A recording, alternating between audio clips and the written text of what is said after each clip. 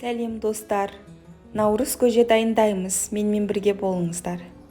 Ең алдымен ақ және сары түйілген жүгеріні жақсылап жуып, осындай суға салып қайнататын боламыз. Осы орайда айта кететіні, біз бүгін наурыз көжені қазымен бірге жасайтын боламыз. Сондықтан біз жылдамдатып қазыны тығып, осылай дайындап алдық. Анам көмектесті, және де қазыны да бөлек ыдысқа салып қайнататын боламыз.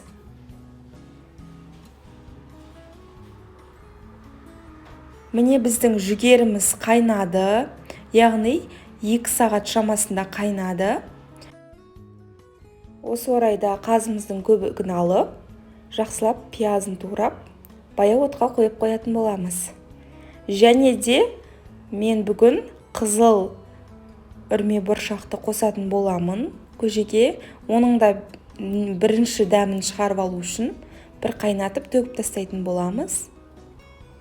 Және жүгері 3 сағаттай қайнағандықтан суы тартылады. Үстінен тағы да қайнақ су қосып, татымына қарай тұзын қосып, одан әрі қарай қайнатуды жалғастыра беретін боламыз.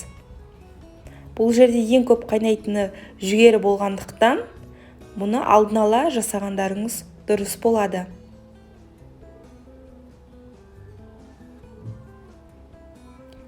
Одан әрі қайнаған қызыл үрме бұршағымызды жүгеріге қосатын боламыз. Қосып болған соң жақсылап араластырып, одан әрі қайната береміз.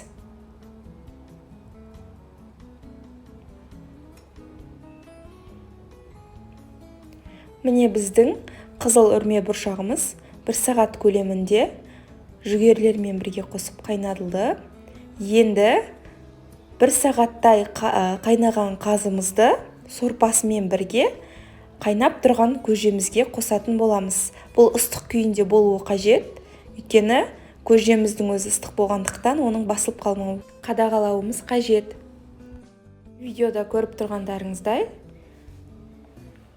қайнаған сорпамызды қазы сорпасында жалпылама түрде құятын боламыз.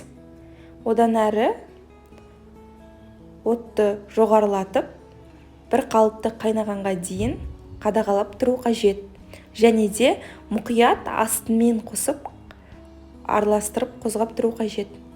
Міне біздің қазымыз қосып қайнағаннан кейін оған бидай қостық. Бидайды яғни жуып қостық. Ол да 2 сағат көлемінде қайнады. Міне біздің барлық қоспаларымыз қайнап шықты. Қазымыз да дайын болды. Ешқандай жерінің формасы кеткен жоқ. Яғни осы орайда енді біз көжемізге одан әрі дәмін келтіру үшін айран қосатын боламыз. Бәрін бірден емес, осылай бірте-бірте қостым. Жақсылап араластырып, дәмде шығу үшін. Яғни мұнда біз үлкен ыдысқа көжемізді қайнатқандықтан, оның аз бөлшегін алып, айран араластырып жатырмын. Міне достар, біздің наурыз көжеміз дайын болды. Ұлыстың ұлы күніне арналған тағам, ең басты тағам деп айтамыз. Сондықтан да сіздерде міндетті түрде жасап көріңіздер. Дәмі өте керемет болып шығады. Ішінде 7 түрлі немесе 9 түрлі зат болуы қажет.